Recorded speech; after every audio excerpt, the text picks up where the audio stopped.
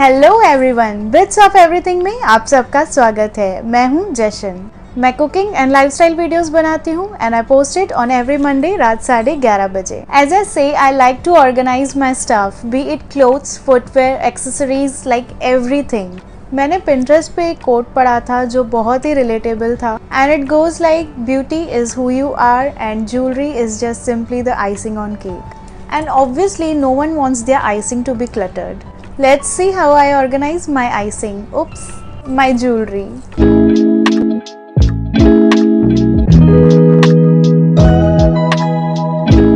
Jewellery organize करना काफ़ी tricky रहता है।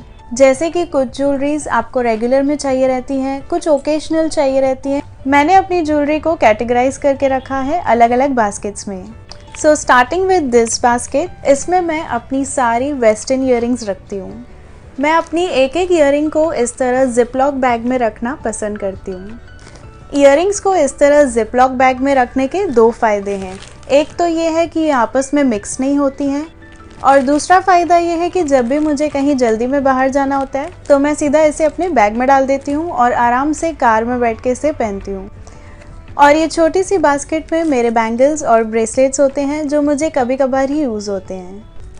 मैं अपने बैंगल्स और ब्रेसलेट्स को भी इस तरह से जिपलॉक में ही डाल के रखती हूँ। और इस बास्केट में होती हैं मेरी सारी नेक चेन्स। एज आई सेड, मैं अपनी सारी चीज़ें इस तरह से जिपलॉक बैग्स में ही रखना पसंद करती हूँ।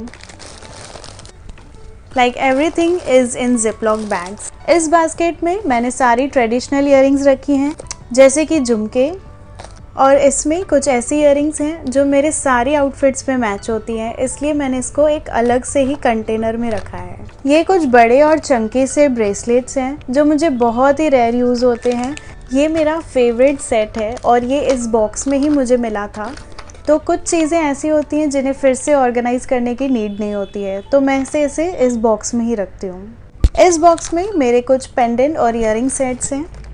मुझे सिल्वर ज्वेलरी बहुत रेयर यूज़ होती है, इसलिए मैंने इसे अलग से जिपलॉक बैग में डाल के रखा है।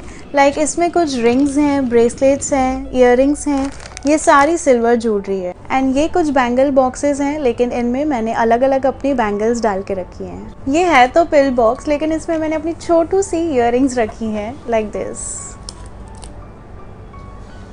वैसे तो ये सारी ईयरिंग्स को मैंने सेग्रीगेट करके कुछ बंचेस में जिपलॉक बैग में डाल के रखा था। देन आई रियलाइज कि मुझे जब एक ईयरिंग चाहिए रहती थी तो मुझे वो सारी जिपलॉक बैग की जो ईयरिंग्स हैं वो निकालनी पड़ती थी, फिर उसमें से चूज़ करना पड़ता था एंड देन वो मुझे पहननी पड़ती थी, और फिर वो जो निकाली है ईयरिंग्स उसे फिर से जिपलॉक बैग में डालना पड़ता था।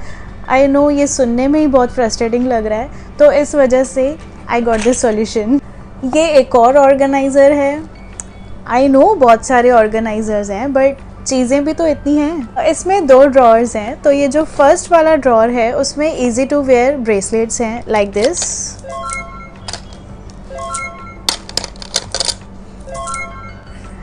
इसके सेकंड वाले ड्रॉर में नॉट इजी टू वेयर वाली ब्रेसलेट्स हैं।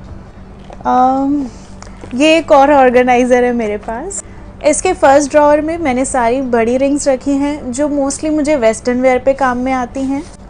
इसके सेकंड ड्रॉअर में मैंने कुछ पतली सी अच्छी मिनिमलिस्टिक वाली रिंग्स रखी हैं, और ये थर्ड ड्रॉअर में मैंने रखी हैं कुछ बहुत ही बड़ी रिंग्स, जैसे कि ये जो इंडियन वेयर पे काम में आती हैं, लाइक दीज कुंदन टाइप।